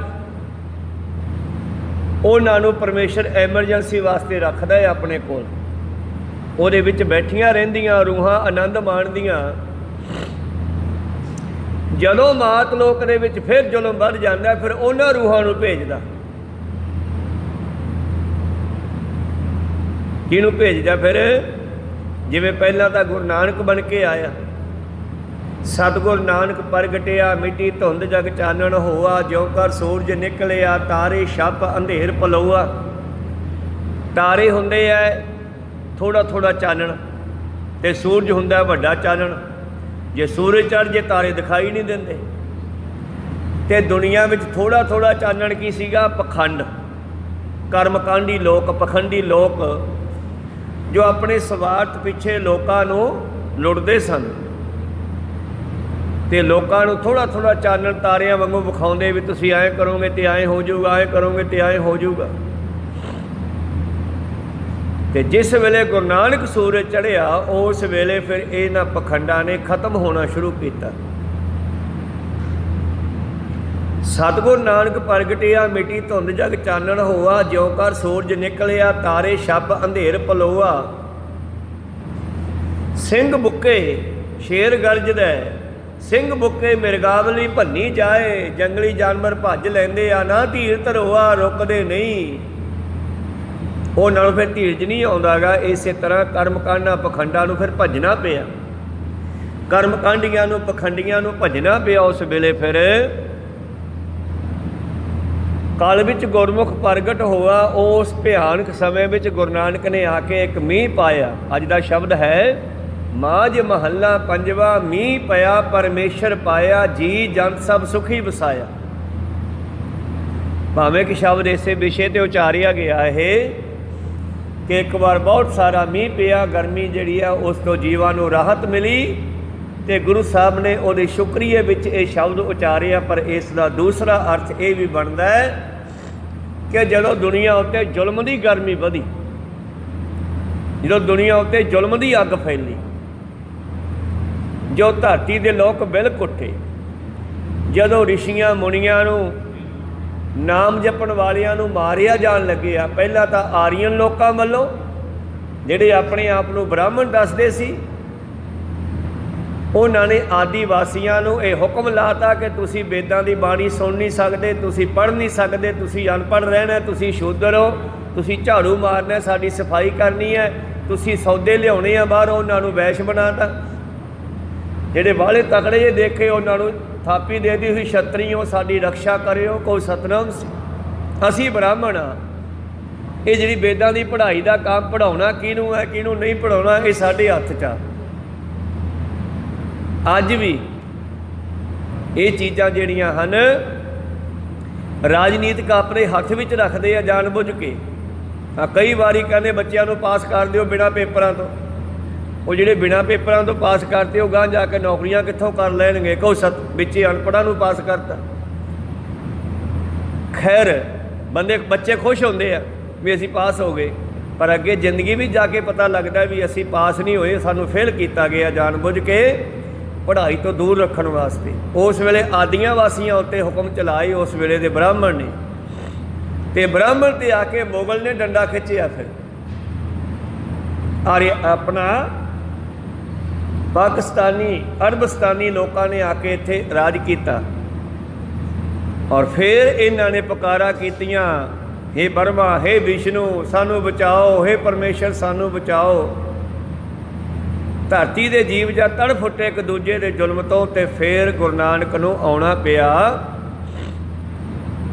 ਤਾਂ ਫਿਰ ਮਾਤ ਲੋਕ ਵਿੱਚ ਆ ਕੇ ਦੱਸਦੇ ਆ ਭਾਈ ਸਾਹਿਬ, ਭਾਈ ਗੁਰਦਾਸ ਜੀ, ਬਾਬਾ ਦੇਖਿਆ ਧਿਆਨ ਧਰ ਜਲਦੀ ਸਭ ਪ੍ਰਿਥਵੀ ਦਿਸੇ ਆਈ, ਚੱਲਿਆ ਸੋਧਨ ਧਰਤ ਲੁਕਾਈ। ਫਿਰ ਧਰਤੀ ਨੂੰ ਸੋਧਣ ਚੱਲਿਆ, ਆਪ ਮਨੁੱਖ ਬਣ ਕੇ ਦੁਨੀਆ ਵਿੱਚ ਆਇਆ ਤੇ ਮਨੁੱਖ ਬਣ ਕੇ ਦੁਨੀਆ ਵਿੱਚ ਵਿਚਰਿਆ, 4 ਉਦਾਸੀਆਂ ਲਾਈਆਂ, ਮਨੁੱਖਾਂ ਨੂੰ ਮਿਲਿਆ, ਰਾਜਿਆਂ ਨੂੰ ਜਾ ਕਰਕੇ ਉਹਨਾਂ ਦੇ ਮੂੰਹ ਤੇ ਜਾਵਰ ਕਿਹਾ, ਬਾਬਰ ਜਾਵਰ। ਜੋਗੀਆਂ ਨੂੰ ਉਹਨਾਂ ਦੇ ਮੂੰਹ ਤੇ ਕਿਹਾ, ਜੋਗੀ ਜੁਗਤ ਨਾ ਜਾਣੈ ਅੰਧ। ਜੋਗੀ ਵੀ ਅੰਨੇ ਆ, ਇਹਨਾਂ ਨੂੰ ਵੀ ਨਹੀਂ ਪਤਾ ਪਰਮੇਸ਼ਰ ਕੀ ਹੈ। ਵੱਡੇ ਵੱਡੇ ਰਾਜਿਆਂ ਨੂੰ, ਅਮੀਰਾਂ ਨੂੰ ਜਾ ਕੇ ਕੰਨ ਪਾੜ ਕੇ ਉਹਨਾਂ ਦੇ ਰਾਜ ਭਾਗ ਖਤਮ ਕਰਕੇ ਜੰਗਲਾਂ ਨੂੰ ਤੋੜਤਾ। ਬ੍ਰਾਹਮਣ ਨਾਵੇ ਜੀਆਂ ਕਾਹੇ, ਜਿਹੜਾ ਆਪਣੇ ਆਪ ਨੂੰ ਬ੍ਰਾਹਮਣ ਕਹਿੰਦਾ ਸੀ, ਉਹ ਵੇਦਾਂ ਦੇ ਸਹਾਰੇ ਸਾਡਾ ਸ਼ੋਸ਼ਣ ਕਰਦਾ ਸੀਗਾ। ਸਰਾਧ ਨਰਾਤੇ ਵਰਤ ਆਦਿ ਇਹ ਸਭ ਕੁਝ ਉਹਦਾ ਬਣਾਇਆ ਹੋਇਆ ਹੈ, ਤੇ ਸਤਿਗੁਰਾਂ ਨੇ ਇਹ ਸਭ ਕੁਝ ਕੱਟਿਆ। ਵਰਤ ਕਰੇ ਚੰਦਰਾਇਣਾ ਸੇ ਕਿਤੇ ਨਾ ਲੇਖੰ। ਬਾਣੀ ਨੂੰ ਪੜ੍ਹ ਕੇ ਦੇਖੋ, ਬਾਣੀ ਸਾਇੰਟੀਫਿਕ ਹੈ, ਸਾਡੇ ਜੀਵਨ ਨੂੰ ਬਦਲਣ ਵਾਲੀ ਹੈ। ਪਰ ਜੇ ਅਸੀਂ ਬਾਣੀ ਮੁਤਾਬਕ ਚੱਲ ਕੇ ਦੇਖੀਏ ਤਾਂ ਬ੍ਰਾਹਮਣ ਨਾਵੇ ਜੀਆਂ ਕਾਏ, ਕਾਜੀ ਹੋਏ ਰਿਸ਼ਵਤੀ। ਰਾਜਨੀਤੀ ਵਾਲੇ ਰਿਸ਼ਵਤਾਂ ਲੈ ਕੇ ਸੱਚ ਨੂੰ ਝੂਠ ਤੇ ਝੂਠ ਨੂੰ ਸੱਚ ਬਣਾਉਣ ਲੱਗੇ। ਕਾਜੀ ਹੋਏ ਰਿਸ਼ਵਤੀ, ਵੱਢੀ ਲੈ ਕੇ ਹੱਕ ਗਵਾਏ। ਜੋਗੀ ਜੁਗਤ ਨਾ ਜਾਣੇ ਅੰਧ। ਜੋਗੀ ਜਿਹੜੇ ਗੋਰਖਨਾਥ ਵਰਗੇ ਸੀ, ਉਹਨਾਂ ਨੂੰ ਵੀ ਸਹੀ ਨਹੀਂ ਪਤਾ ਵੀ ਰੱਬ ਕੀ ਹੈ। ਤੇ ਲੋਕ ਰੱਬ ਵਿਖਾਉਣ ਦੇ ਸਵਾਰਥ ਨੂੰ ਲੈ ਕੇ ਤੁਹਾਨੂੰ ਰੱਬ ਦਿਖਾਵਾਂਗੇ, ਆ ਜਾਓ। ਅੱਜ ਵੀ ਦੁਨੀਆ ਵਿੱਚ ਐਸੇ ਪਖੰਡ ਚੱਲਦੀ ਹੈ ਰੱਬ ਦਿਖਾਉਣ ਦੇ। ਪਰ ਬਾਣੀ ਕਹਿੰਦੀ ਰੱਬ ਕੋਈ ਬੰਦਾ ਨਹੀਂ, ਰੱਬ ਦੀ ਕੋਈ ਫੋਟੋ ਨਹੀਂ, ਰੱਬ ਗਿਆਨ ਹੈ। ਕਹੋ ਸਤਨਾਮ। ਸਾਨੂੰ ਗਿਆਨ ਦੇ ਨਾਲ ਹੀ ਜੀਵਨ ਜਾਚ ਆਉਂਦੀ ਆ। ਲਿਖਿਆ ਤਾਂ ਹੈ ਪਰਮੇਸ਼ਰ ਹੁਕਮ ਹੀ ਹੁਕਮ ਚਲਾਏ ਰਾਹੋ, ਤੇ ਹੁਕਮ ਦੇ ਵਿੱਚ ਗਿਆਨ ਹੀ ਤਾਂ ਹੈ ਸ਼ਬਦਾਂ ਦੇ ਵਿੱਚ। ਉਹ ਗਿਆਨ ਸਾਡੀ ਅੰਦਰੋਂ ਹੀ ਪ੍ਰਗਟ ਕਰਦਾ ਹੈ। ਭਗਤਾਂ ਦੇ ਅੰਦਰੋਂ ਪ੍ਰਗਟ ਕੀਤਾ। ਜਦ ਭਗਤਾਂ ਨੇ ਉਸ ਸੱਚੇ ਗਿਆਨ ਦਾ ਢੰਡੋਰਾ ਪਿਟਿਆ, ਦੁਨੀਆ ਵਿੱਚ ਲੋਕਾਂ ਨੂੰ ਸੱਚ ਦੱਸਣਾ ਸ਼ੁਰੂ ਕੀਤਾ, ਤਾਂ ਉਹਨਾਂ ਸਵਾਰਥੀ ਬ੍ਰਾਹਮਣਾਂ ਨੇ ਉਹਨਾਂ 'ਤੇ ਦੂਸ਼ਣ ਲਾਉਣੇ ਸ਼ੁਰੂ ਕਰਤੇ। ਰਵਿਦਾਸ ਜੀ ਨੂੰ ਸਜ਼ਾ ਦਵਾਈ, ਨਾਮਦੇਵ ਜੀ ਨੂੰ ਸੁਲਤਾਨ ਰਾਜੇ ਦੇ ਕੋਲੇ ਬਣਾ ਦਿੱਤਾ। ਕਬੀਰ ਸਾਹਿਬ ਦੇ ਨਾਲ ਵੀ ਇਹਨਾਂ ਨੇ ਲੜਾਈਆਂ ਕੀਤੀਆਂ। ਉਹ ਕਹਿੰਦੇ ਸ਼ੂਦਰਾਂ ਦੇ ਵਿੱਚ ਬ੍ਰਹਮ ਗਿਆਨ ਨਹੀਂ ਹੋਣਾ ਚਾਹੀਦਾ, ਬ੍ਰਹਮ ਗਿਆਨ ਦਾ ਹੱਕ ਕੇਵਲ ਬ੍ਰਾਹਮਣ ਨੂੰ ਹੈ। ਜੇ ਕੋਈ ਵੇਦ ਸੁਣਦਾ ਉਹਦੇ ਕੰਨਾਂ ਛਿੱਕਾ ਢਾਲ ਦਿਓ, ਜੇ ਕੋਈ ਰਾਮ ਰਾਮ ਕਹਿੰਦਾ ਉਹਦੀ ਜੀਭ ਕੱਟ ਦਿਓ। ਸ਼ੂਦਰ ਨੂੰ ਨਹੀਂ ਹੱਕ ਦਿੱਤਾ ਗਿਆ, ਤੇ ਬਾਬੇ ਨਾਨਕ ਨੇ ਸਭ ਨੂੰ ਦਿੱਤਾ। ਖੱਤਰੀ ਬ੍ਰਾਹਮਣ ਸੂਦ ਵੈਸ ਉਪਦੇਸ਼, 4 ਵਰਨਾ ਕੋ ਸਾਂਝਾ। ਫਿਰ ਜਿਹੜਾ ਅੱਜ ਸ਼ਬਦ ਮੈਂ ਕਹਿ ਰਿਹਾ, ਇਹ ਬਾਬੇ ਨਾਨਕ ਨੇ ਆ ਕੇ ਮੀਂਹ ਪਾਇਆ ਗਿਆਨ ਦਾ। ਇਹਨਾਂ ਸਾਰਿਆਂ ਨੂੰ ਸੱਚ ਬੋਲਣ ਵਾਲਿਆਂ ਨੂੰ ਨਾਲ ਲਿਆ। 15 ਭਗਤਾਂ ਨੂੰ ਨਾਲ ਲਿਆ ਗੁਰੂਆਂ ਨੇ, ਭੱਟਾਂ ਨੂੰ ਨਾਲ ਲਿਆ, ਸੱਚ ਬੋਲਣ ਵਾਲੇ ਮੁਸਲਮਾਨ ਬਾਬੇ ਫਰੀਦ ਨੂੰ ਵੀ ਨਾਲ ਲਿਆ, ਪੰਡਿਤ ਜੈਦੇਵ ਨੂੰ, ਤਰਲੋਚਨ ਨੂੰ, ਉਹਨੂੰ ਵੀ ਨਾਲ ਲਿਆ। ਜਿਨ੍ਹਾਂ ਨੇ ਸੱਚ 'ਤੇ ਚੱਲਣਾ ਕੀਤਾ, ਉਹਨਾਂ ਨੂੰ ਪਾਤਸ਼ਾਹ ਨੇ ਆਪਣੇ ਨਾਲ ਲਿਆ। ਇੱਕ ਮੈਜੋਰਟੀ ਬਣਾਈ ਹੈ ਸੱਚ ਬੋਲਣ ਵਾਲਿਆਂ ਦੀ। ਔਰ ਫਿਰ ਜਾ ਕੇ ਕਿਤੇ ਇਹ ਪਖੰਡੀ ਲੋਕ ਥੋੜ੍ਹਾ ਟਿਕੇ ਨਾ। ਸਤਿਗੁਰੂ ਨਾਨਕ ਪ੍ਰਗਟਿਆ, ਮਿੱਟੀ ਧੁੰਦ ਜਗ ਚਾਨਣ ਹੋਆ, ਤੇ ਗਿਆਨ ਦਾ ਮੀਂਹ ਵਰਾਇਆ। ਫਿਰ ਜਿੱਥੇ ਉਹਨਾਂ ਨੇ ਆਪਣੇ ਵੇਦਾਂ ਨੂੰ ਸੰਸਕ੍ਰਿਤ ਵਿੱਚ ਕੀਤਾ ਹੋਇਆ ਸੀ ਨਾ, ਕੇਵਲ ਉਹ ਆਪ ਹੀ ਪੜ੍ਹ ਸਕਦੇ ਸੀ, ਆਪਦੇ ਮੁੰਡਿਆਂ ਨੂੰ, ਆਪਦੇ ਬੱਚਿਆਂ ਨੂੰ ਪੜ੍ਹਾਉਂਦੇ ਸਨ। ਬਾਕੀ ਤਿੰਨਾਂ ਦੇ ਬੱਚਿਆਂ ਨੂੰ ਵੇਦ ਪੜ੍ਹਨ ਦਾ ਹੁਕਮ ਨਹੀਂ ਸੀਗਾ। ਬਸ ਪੰਡਿਤ ਹੀ ਪੁਜਾਰੀ ਬਣ ਸਕਦਾ ਮੰਦਰ ਦਾ, ਨਾ ਵੈਸ਼ ਬਣ ਸਕਦਾ, ਨਾ ਸ਼ੂਦਰ ਬਣ ਸਕਦਾ, ਨਾ ਖੱਤਰੀ ਬਣ ਸਕਦਾ। ਇਹ 3 ਜਣੇ ਮੰਦਰ ਦੇ ਪੁਜਾਰੀ ਨਹੀਂ ਬਣ ਸਕਦੇ, ਉੱਥੇ ਕੇਵਲ ਪੰਡਿਤ ਬੈਠੂਗਾ। ਲੇਕਿਨ ਇੱਧਰ ਗ੍ਰੰਥੀ ਦੇ ਵਿੱਚ ਕੋਈ ਵੀ ਆ ਕੇ ਬਣ ਜੇ, ਜਿਹਨੂੰ ਬਾਣੀ ਪੜ੍ਹਨੀ ਆਉਂਦੀ ਹੈ, ਪੜ੍ਹੇ ਬਾਣੀ ਸਿੱਖੇ। ਇਹ ਗੁਰੂ ਸਾਹਿਬ ਨੇ ਕਿਰਪਾ ਕੀਤੀ ਆ। ਤਾਂ ਗੁਰੂ ਪਿਆਰਿਓ, ਧੰਨ ਗੁਰੂ ਨਾਨਕ ਦੇਵ ਜੀ ਨੇ ਦੁਨੀਆ ਨੂੰ ਸੜਦੀ ਬਲਦੀ ਦੇਖਿਆ ਤੇ ਯਾਤਰਾਵਾਂ ਕੀਤੀਆਂ, 4 ਉਦਾਸੀਆਂ ਲਾਈਆਂ, ਔਰ ਇਹੋ ਜਿਹੇ ਲੋਕਾਂ ਨੂੰ ਉਹਨਾਂ ਦੇ ਕੋਲ ਜਾ ਕੇ ਸਮਝਾਉਣਾ ਕੀਤਾ। ਜਿਨ੍ਹਾਂ ਨੇ ਧਰਮ ਦੇ ਚੋਲੇ ਪਾ ਕੇ ਸੱਜਣ ਠੱਗ ਵਰਗਿਆਂ ਵਾਂਗੂ ਦੁਨੀਆ ਲੁੱਟਣੀ ਸ਼ੁਰੂ ਕੀਤੀ, ਉਹਨਾਂ ਨੂੰ ਵੀ ਸਮਝਾਇਆ ਵੀ ਇਹ ਬਹੁਤ ਮਹਾਂਪਾਪ ਕਰ ਰਹੇ ਹੋ। 4 ਪੈਸਿਆਂ ਪਿੱਛੇ ਬੰਦਿਆਂ ਨੂੰ ਮਾਰ ਖੂਹਾਂ ਵਿੱਚ ਸਿੱਟ ਦਿਓ। ਅੱਜ ਵੀ ਲੋਕ 4 ਪੈਸਿਆਂ ਪਿੱਛੇ ਬੰਦੇ ਨੂੰ ਮਾਰ ਦਿੰਦੇ ਆ। ये बहुत महापाप है, वड्डा पाप है। लोगों को समझाउणा कीता तो उन्होंने संस्कृत वाला जिहड़ा मींह सीगा, भाव हिंदू मत का ब्राह्मणों की जिहड़ी वेदां दी बाणी सी उन्होंने एक मींह कह दिओ, पर वो उस तरह सीगा जिवें कोई आपदे खेत विच खूह ला के केवल आपदी पैली सिंज सकदा है, गवांढी नूं नहीं दिंदा। आपदा खेत तो सिंज सकदा, वो आपदे सिंज लैंदे पर गवांढी भुखे मरदे। पर धन गुरु नानक देव जी एक बदल बन के आए, कहो सतनाम, ज्ञान का बदल बन के आए। हुण जद मींह पैंदा तो कित्थे कित्थे पैंदा वेखो, मींह पहाड़ां ते भी पै जांदा है, मींह टोयां विच भी पहुँच जाता है, टिब्बियां ते भी पहुँच जाता है। धन गुरु नानक देव जी बदल दी न्याई आए, अपनी कृपा का मींह सारियां ते वरसा दिता। खत्तरी ब्राह्मण सूद वैस उपदेश चौं वर्णां को साझा। ये सच दे बचन पढ़न का, गाउण का, सुनन का, समझण का सब नूं हुक्म दिता। जिथे उन्होंने इस्त्रियां नूं घर की जुत्ती समझिया सी, पैर की जुत्ती समझिया सीगा, उन्होंने इस्त्रियां नूं भी बराबर बाणी पढ़न गाउण का हुक्म दिता। भंड जम्मिया भंड निमिया भंड मंगण भी आहो, ये बिना नहीं सरना गा, तुसीं इस नूं बिल्कुल थले सिटिया होया। इहो जे बचन उन्होंने वेदां विच लिखे कि इस्त्री, बैल, शूदर ते एक होर है, चारों ताड़न के अधिकारी इन्हां नूं ताड़ के रखो, भावे इन्हां नूं झिड़क के रखो, इन्हां नूं कंट्रोल च रखो। अज भी ऐसियां गल्लां मैं सुनन नूं देखदा, किते किते इलाकिਆਂ ਦੇ ਵਿੱਚ ऐसियां गल्लां हजे भी है जिन्हां ने गुरु नानक दे ज्ञान नूं समझिया नहीं। तां धन गुरु नानक देव जी ने की किया फिर,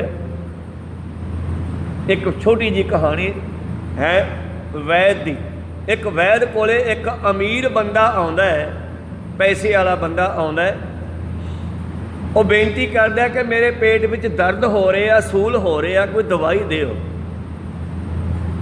हुण वैदां दा अपना ढंग हुंदा काम करन दा। वैद ने सोचा भी बंदा ये पैसे वाला है, दवाई तो भावें मामूली है, घरे जमैन पई है, वह फक्का लै लो सूल हट जाऊगा, पर इनू पता नहीं। जे मैं इनू कह दिया भी घरे जाके जमैन की फक्की लै ला हट जाऊगा, तो इन्हें कहना मैनू टरकाता, जान के मैनू दवाई नहीं दिती।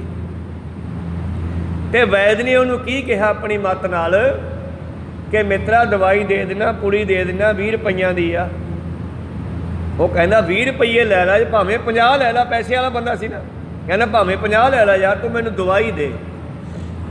उन्हें कुटिया होया चिट्टे रंग का पाउडर फड़ाता, पता नहीं वो कुड़ी विच नून है जां खंड है, कुटिया होया। उन्होंने कहन लग्या भी यह पाउडर लै जा, ये थोड़ी जी जमीन अपना जमैन मिला ली। खवाउणी तो जमैन ही सीगी, पर उन्हें मनना नहीं सीगा पैसे दिते बिना, इस करके वो तो पुड़ी के बहाने 20 रुपये लाए, पुड़ी दी, कहना उतों एक चमचा जमैन का लै ली, घरे होना सोडे या दुकान को ले ली, ये मिला के खा जा, हट जूगा, वह दर्द हट गया। एक दूजा आया गरीब बंदा, ਉਹਦੇ भी यही बीमारी आ, अज्ञानता की अमीरां विच भी आ, अज्ञानता की गरीबां विच भी आ, कोई सतनाम सी। पेट दर्द गरीब नूं भी आ, वो भी वैद कोले आ गया, भाई साहब जी दर्द बहुत हो रहा, दवाई दिओ कोई। वैद ने वेख्या बंदा गरीब है, तो गरीब बंदा हमेशा सोचता भी सस्ता इलाज हो जे, तो पैसे वाला कहता जिन्ने मर्जी लग जान मेरी बीमारी जल वढ़। पैसे वाला वध पैसे ला के खुश होंदा है, तो डॉक्टरों भी लोट आया कम, वो पैसे वाले तो वध पैसे लैंदे आ, गरीबां दा कम सार भी दिंदे आ कई सियाणे डॉक्टर। वो गरीब कहन लग्या दर्द हो रहा है, सूल हो रहा है।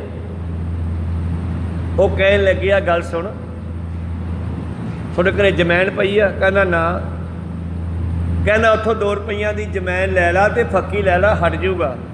हुण इत्थे 20 रुपये तो पुड़ी क्यों कट दी, कहो सतनाम। वैद ने ना तो 20 रुपये ले आ, ना उन्होंने पुड़ी दी है, सीधा दसता भी जमैन की फक्की लै ला। वो कहना मेरे को जमैन लैन नूं पैसे भी है नहीं, ਉਹ ਕਹਿੰਦਾ ਮੈਥੋਂ 2 ਰੁਪਈਏ ਲੈ ਜਾ। ਉਹਨੇ ਜੇਬ 'ਚੋਂ 2 ਰੁਪਈਏ ਦਿੱਤੇ ਵੀ ਆਹ ਫੜ 2 ਰੁਪਈਏ, ਜਾ ਕੇ ਜਮੈਣ ਲੈ ਕੇ ਖਾ ਲਾ। ਹੁਣ ਤੁਸੀਂ ਸੋਚੋ ਬਈ ਅਮੀਰ ਨੂੰ ਪੁੜੀ ਦਿੱਤੀ, ਉਹ ਪੁੜੀ 'ਚ ਕੀ ਹੈ? ਖੰਡ ਹੈ ਜਾਂ ਲੂਣ ਹੈ ਜਾਂ ਕੁੱਟਿਆ ਹੋਇਆ ਕੋਈ ਹੋਰ ਪਾਊਡਰ ਹੈ? ਦੇਸੀ ਦਵਾਈਆਂ ਕੁੱਟਣ ਤੋਂ ਬਾਅਦ ਪਤਾ ਨਹੀਂ ਲੱਗਦਾ ਕੀ ਆ ਉਹਨਾਂ ਵਿੱਚ। ਕੋਈ ਸਤਨਾਮ ਸ੍ਰੀ। ਗਰੀਬ ਨੂੰ ਉਹਨਾਂ ਨੇ ਸਿੱਧਾ ਦੱਸਤਾ ਵੀ ਜਮੈਣ ਲੈ ਲਾ। ਗਰੀਬ ਬੜਾ ਖੁਸ਼ ਹੈ, ਉਹਨੇ ਕੋਲੋਂ 2 ਰੁਪਈਏ ਤੇ ਜਮੈਣ ਲਈ ਤੇ ਉਹਦਾ ਪੇਟ ਵੀ ਦਰਦ ਹਟ ਗਿਆ। ਹੁਣ ਦੋਨਾਂ ਦਾ ਦਰਦ ਹਟ ਗਿਆ। ਬਸ ਇਹੀ ਗੱਲ ਹੈ ਕਿ ਜਿਹੜੇ ਬ੍ਰਾਹਮਣ ਲੋਕ ਸੀਗੇ ਇਹ ਪੈਸੇ ਵਾਲਿਆਂ ਦਾ ਇਲਾਜ ਕਰਦੇ ਸੀ, ਦਵਾਈ ਉਹੀ ਸੀ। ਬਾਬਾ ਨਾਨਕ ਗਰੀਬਾਂ ਦਾ ਇਲਾਜ ਕਰਨ ਆਇਆ, ਗਰੀਬ ਨਵਾਜ ਇਸੇ ਕਰਕੇ ਕਿਹਾ। ਕੋਈ ਸਤਨਾਮ ਸੀ। ਉਹਨਾਂ ਨੇ ਆਪਣੀ ਪੁੜੀ ਜਿਹੜੀ ਹੈ ਵੇਦਾਂ ਦੇ ਵਿੱਚ ਕੁੱਟ ਕੇ ਰੱਖੀ ਆ, ਲੁਕੋ ਕੇ ਰੱਖੀ ਆ, ਪਤਾ ਨਹੀਂ ਲੱਗਦਾ ਕੀ ਆ ਇਹਨਾਂ ਕੋਲੇ। ਕਿਸੇ ਨੂੰ ਸਮਝ ਨਹੀਂ ਸੀ ਆਉਂਦੀ, ਸੰਸਕ੍ਰਿਤ ਵਿੱਚ ਕਰਤੀ ਆਪਦੀ ਬੋਲੀ, ਜਾਣ ਬੁੱਝ ਕੇ ਸੰਸਕ੍ਰਿਤ ਲਿਖ ਦਿੱਤੀ ਜਿਹੜੀ ਪੜ੍ਹਾਏ ਬਿਨਾਂ ਪੜ੍ਹੇ ਬਿਨਾਂ ਸਮਝ ਨਹੀਂ ਆਉਂਦੀ। ਤੇ ਬਾਬਾ ਨਾਨਕ ਬੱਦਲ ਬਣ ਕੇ ਆਇਆ, ਮੀਂਹ ਵਰਾਇਆ, ਤੇ ਬਾਬਾ ਨਾਨਕ ਵੈਦ ਬਣ ਕੇ ਆਇਆ। ਉਹਨੇ ਗਿਆਨ ਦੀਆਂ ਗੱਲਾਂ ਸਾਡੀ ਬੋਲੀ ਵਿੱਚ ਉਚਾਰੀਆਂ, ਆਪਦੀ ਜੇਬ ਦੇ ਵਿੱਚੋਂ 2 ਰੁਪਈਏ ਜਿਵੇਂ ਦਿੱਤੇ ਵੈਦ ਨੇ। ਕੋ ਸਤਨਾਮ ਸੀ। ਬਾਬੇ ਨਾਨਕ ਨੇ ਗਿਆਨ ਦੀਆਂ ਵਿਚਾਰਾਂ ਜੇ ਪੰਜਾਬ ਦੇ ਵਿੱਚ ਬੋਲੇ ਤੇ ਪੰਜਾਬੀ 'ਚ ਉਚਾਰੀਆਂ, ਜੇ ਲਹਿੰਦੇ ਵਿੱਚ ਗਏ ਤੇ ਉੱਥੋਂ ਦੀ ਬੋਲੀ ਵਿੱਚ ਉਚਾਰੀਆਂ, ਜੇ ਮੁਲਤਾਨ ਗਏ ਤੇ ਮੁਲਤਾਨੀ 'ਚ ਬੋਲੇ, ਜੇ ਮੁਸਲਮਾਨਾਂ ਨੂੰ ਮਿਲੇ ਫਾਰਸੀ ਵਾਲਿਆਂ ਨੂੰ ਤੇ ਫਾਰਸੀ ਵਿੱਚ ਹੀ ਬੋਲ ਕੇ ਦੱਸਿਆ, ਹਰਿਆਣਵੀਆਂ ਨੂੰ ਹਰਿਆਣੇ ਵਿੱਚ ਹਿੰਦੀ ਵਿੱਚ ਵੀ ਬੋਲ ਕੇ ਦੱਸਿਆ। ਭਾਵ ਜਿਹੜੀ ਸਾਡੀ ਮਾਂ ਬੋਲੀ ਸੀ ਉਸ ਮਾਂ ਬੋਲੀ ਦੇ ਵਿੱਚ ਗਿਆਨ ਦਿੱਤਾ। ਮਾਨੋ ਜੇਬ 'ਚੋਂ 2 ਰੁਪਈਏ ਦਿੱਤੇ ਸਾਨੂੰ ਬਈ ਆਹ ਜਮੈਣ ਲੈ ਲਓ, ਤੁਹਾਡੇ ਸਾਰੇ ਦਰਦ ਹਟ ਜਾਣਗੇ। ਮੀਂਹ ਪਿਆ ਪਰਮੇਸ਼ਰ ਪਾਇਆ, ਜੀ ਜੰਤ ਸਭ ਸੁਖੀ ਵਸਾਇਆ। ਜਿਵੇਂ ਪਰਮੇਸ਼ਰ ਨੇ ਮੀਂਹ ਪਾਇਆ ਸਾਰੇ ਜੀਵਾਂ ਨੂੰ ਸੁੱਖ ਮਿਲਿਆ, ਇਸੇ ਤਰ੍ਹਾਂ ਬਾਬੇ ਨਾਨਕ ਨੇ ਗਿਆਨ ਦਾ ਮੀਂਹ ਵਰਸਾਇਆ। ਮੇਰਾ ਵੈਦ ਗੁਰੂ ਗੋਬਿੰਦਾ ਹਰ ਹਰ ਨਾਮ ਔਖਦ ਮੁਖ ਦੇਵੈ, ਕਾਟੈ ਜਮ ਕੀ ਫੰਦਾ। ਗੁਰਬਾਣੀ ਵਿੱਚ ਬੇਅੰਤ ਬੋਲੀਆਂ ਨੇ, ਲਿਖੀਆਂ ਸਾਰੀਆਂ ਗੁਰਮੁਖੀ ਅੱਖਰਾਂ 'ਚ ਹੈ, ਪੰਜਾਬੀ ਅੱਖਰਾਂ 'ਚ ਹੈ, ਪਰ ਹੈ ਇਹਦੇ ਵਿੱਚ ਬਹੁਤ ਬੋਲੀਆਂ। ਜਿਵੇਂ ਫਾਰਸੀ ਦਾ ਸ਼ਬਦ ਪੜ੍ਹ ਲਓ ਇਹਦੇ ਵਿੱਚੋਂ, ਯਾ ਕੇ ਅਰਜ਼ ਗੋਸ ਜਾ ਕੇ ਅਰਜ਼ ਗੋ ਤੁਮ, ਤੁਹਾਡੇ ਚਰਨਾਂ ਦੇ ਵਿੱਚ ਇੱਕ ਬੇਨਤੀ ਆ। ਯਾ ਕੇ ਅਰਜ਼ ਗੁਫਤਮ ਪੇਸ ਤੋ ਦਰ ਗੋਸ਼ ਕੁਲ ਕਰਤਾਰ। ਕੁਲ ਕਹਿੰਦੇ ਆ ਸ੍ਰਿਸ਼ਟੀ ਨੂੰ, ਕੁਦਰਤ ਨੂੰ। ਉਹ ਕੁਦਰਤ ਦੇ ਕਰਤਾਰ ਕਰਤਿਆ ਮਾਲਕਾ, ਮੈਂ ਤੇਰੇ ਚਰਨਾਂ ਵਿੱਚ ਇੱਕ ਬੇਨਤੀ ਕਰਦਾ, ਕੰਨ ਕਰਕੇ ਸੁਣੀ। ਇਹ ਫਾਰਸੀ ਦੇ ਸ਼ਬਦ ਹੈ, ਲਿਖੇ ਪੰਜਾਬੀ 'ਚ ਹੀ ਹੈ, ਤਾਂ ਸਾਨੂੰ ਸਮਝ ਆ ਗਏ। ਜੇ ਭਲਾ ਫਾਰਸੀ ਲਿਖੀ ਹੁੰਦੀ ਫਿਰ ਕਿੱਥੇ ਹਰੇਕ ਨੂੰ ਸਮਝ ਆਉਂਦੀ। ਕੋ ਸਤਨਾਮ। ਯਾ ਕੇ ਅਰਜ਼ ਗੋਸ ਯਾ ਕੇ ਅਰਜ਼ ਗੁਫਤਮ, ਮੇਰੀ ਗੁਪਤ ਬੇਨਤੀ ਤੇਰੇ ਕੰਨ ਕੋਲੇ ਕਰਕੇ ਸੁਣਾਉਣਾ। ਰੱਬ ਨੂੰ ਕਹਿੰਦਾ ਬਾਬਾ ਨਾਨਕ ਜੀ। ਯਾ ਕੇ ਅਰਜ਼ ਗੁਫਤਮ ਪੇਸ਼ ਤੋ ਦਰ ਗੋਸ਼ ਕੁੰਨ ਕਰਤਾਰ, ਹੱਕਾ ਕਬੀਰ ਕਰੀਮ ਤੂੰ ਬੇਐਬ ਪਰਵਦਗਾਰ। ਤੂੰ ਸਾਡਾ ਹੱਕ ਹੈ, ਤੂੰ ਬੇਐਬ ਹੈ, ਤੇ 'ਚ ਕੋਈ ਔਗਣ ਨਹੀਂ, ਤੂੰ ਕਬੀਰ ਸਭ ਤੋਂ ਮਹਾਨ ਹੈ। ਕਬੀਰ ਜਾਂ ਭਗਤ ਨੂੰ ਕਹਿੰਦੇ ਆ, ਜਾਂ ਕਬੀਰ ਸੋਨੇ ਨੂੰ ਕਹਿੰਦੇ ਆ, ਜਾਂ ਕਬੀਰਾ ਸ਼ਬਦ ਪਰਮੇਸ਼ਰ ਵਾਸਤੇ ਵੀ ਵਰਤਿਆ ਗਿਆ। ਹੱਕਾ ਕਬੀਰ ਕਰੀਮ, ਕਰਮ ਕਰਨ ਵਾਲਾ। ਹੱਕਾ ਕਬੀਰ ਕਰੀਮ ਤੂੰ ਬੇਐਬ, ਤੇਰੇ 'ਚ ਕੋਈ ਐਬ ਨਹੀਂ। ਪਰਵਦਗਾਰ, ਸ੍ਰਿਸ਼ਟੀ ਨੂੰ ਪਾਲਣ ਵਾਲੇ ਆ। ਹੱਕਾ ਕਬੀਰ ਕਰੀਮ ਤੂੰ ਬੇਐਬ ਪਰਵਦਗਾਰ, ਦੁਨੀਆ ਮੁਕਾਮੇ ਫਾਨੀ ਤਹਿਕੀਕ ਦਿਲਦਾਨੀ। ਮਹਾਰਾਜ ਇਹ ਦੁਨੀਆ ਤਾਂ ਖਤਮ ਹੋਣ ਵਾਲੀ ਆ, ਝੂਠੀ ਆ, ਫਾਨੀ ਹੁੰਦੀ ਆ, ਝੂਠੀ। ਇਹ ਦੁਨੀਆ ਵਿੱਚ ਰਹਿਣਾ ਤਾਂ ਝੂਠ ਹੈ, ਨਹੀਂ ਰਹਿ ਸਕਦੇ, ਸਾਰੇ ਮਰੀ ਜਾਂਦੇ ਆ ਮੇਰੇ ਸਾਹਮਣੇ। ਦੁਨੀਆ ਮੁਕਾਮੇ ਫਾਨੀ ਤਹਿਕੀਕ ਦਿਲਦਾਨੀ, ਮਮਸਰ ਮੂਏ ਅਜਰਾਈਲ। ਮੇਰੇ ਵਰਗੇ ਕਿੰਨਿਆਂ ਨੂੰ ਮੌਤ ਦਾ ਦੇਵਤਾ ਲੈ ਗਿਆ ਫੜ ਕੇ। ਅਜਰਾਈਲ ਮੌਤ ਦਾ ਦੂਤ, ਉਹ ਲੈ ਗਿਆ ਮਾਰ ਕੇ। ਮੈਂ ਵੀ ਮਰ ਜਾਣਾ ਉਦੋਂ ਪਹਿਲਾਂ। ਮੈਂ ਇੱਕ ਬੇਨਤੀ ਕਰਦਾ, ਸੁਣਨਾ ਮਾੜਾ ਜਾ। ਯਾ ਕੇ ਅਰਜ਼ ਗੁਫਤਮ ਪੇਸ਼ ਤੋ ਦਰ ਗੋਸ਼ ਕੁਨ ਕਰਤਾਰ, ਹੱਕਾ ਕਬੀਰ ਕਰੀਮ ਤੂੰ ਬੇਐਬ ਪਰਵਦਗਾਰ। ਦੁਨੀਆ ਮੁਕਾਮੇ ਫਾਨੀ ਤਹਿਕੀਕ ਦਿਲਸਾਨੀ, ਮਮਸਰ ਮੂਏ ਅਜਰਾਇਲ ਗਿਰਫਤ ਹੈ ਦਿਲ ਹੇਚ ਨਦਾਨੀ। ਇਹ ਮੇਰਾ ਹਜੇ ਵੀ ਦਿਲ ਨਦਾਨੀਆਂ ਕਰਦਾ ਵੀ ਗਵਾਂਢੀ ਮਰ ਗਿਆ, ਮੈਂ ਥੋੜ੍ਹੇ ਮਰਨਾ। ਹਜੇ ਵੀ ਬੱਚਿਆਂ ਵਾਲੀਆਂ ਗੱਲਾਂ ਯਾਰ ਤੇਰੇ ਸਾਹਮਣੇ। ਇੰਨੀ ਲੋਈ ਨਹੀਂ ਦੇਖਦੇ ਆ, ਖੇਤੀ ਚੱਲ ਗਈ ਫਰੀਦਾ, ਲੋਕਾਂ ਆਪੋ ਆਪਣੀ, ਮੈਂ ਆਪਣੀ ਪਈ। इस करके महाराज जन पिसर पदर बिरादरा गसनेस तस्तंगीर, इन्हां चों कोई किसी का नहीं, प्यो पुत का नहीं, पुत प्यो का नहीं, कोई किसी के नाल नहीं जाता। मतलब इत्थे तो रिश्तेदारियां है पर नाल कोई नहीं जाता। जन पिसर पदर बिरादरा कसनेस दस्तंगीर, कोई किसी की बांह नहीं फड़दा। उत्थे धर्मराज दे कोल सब कले कले हिसाब देणगे जाके, कहो सतनाम सी। इस करके तू मेरी बांह फड़ ला, इन्हां ते मैनू किसे ते भरोसा नहीं, एक तकिया भरोसा तेरे नाम का, होर सभे ढाइयां ढेरियां। तो इस तरह बाबे नानक ने आके मीह पाया दुनिया दे विच। शब्द पढ़िए आपां, मीह पया परमेश्वर पाया, जी जन सब सुखी वसाया, गया कलेश भया दुख साचा। वो जी गल लुको के रखी हुई सी ना, मुट्ठी बंद रखी सी, आरियन लोगों ने, ब्राह्मण लोगों ने वेदां विच संस्कृत करके, बाबे ने गुरमुखी विच करके वो खोल दी मुट्ठी, विखाता भी आ परमेश्वर, ज्ञान परमेश्वर है। जीवां नूं सुख दिता, दुखां दा खात्मा होण लग्या, कर्म कांडा पखंडा नूं खत्म करके दुनिया नूं किरत करो, नाम जपो, वंड छको दा नारा दिता। को सतनाम सी। सुख साचा हर हर नाम संभाली जियो, जिनके सी तिन ही प्रतपारे। सानू रब ने बनाया ते रब ही गुरु बन के दुनिया च आया, नानक बन के आया, उन्हें संभालिया। सुनी पुकार सुनी बेनती, ठाकुर मेरे पूर्ण होई घाली जियो। धरती दियां पुकारां, जीवां दियां पुकारां रब ने सुनिया ते साडी घालना थाए पई। परमेश्वर नानक बन के दुनिया विच आया। को सतनाम। पूर्ण होई घाली जियो, सर्ब जियां को देवन हारा। ओ मेरा प्रीतम सारियां नूं पालन हारा, दाता देन हारा, गुर प्रसादी नज़र निहारा। मैं गुरु की किरपा नाल देखिया, गुरु की किरपा नाल सानू बाणी दिसी ना। परमेश्वर का दूसरा रूप बाणी है।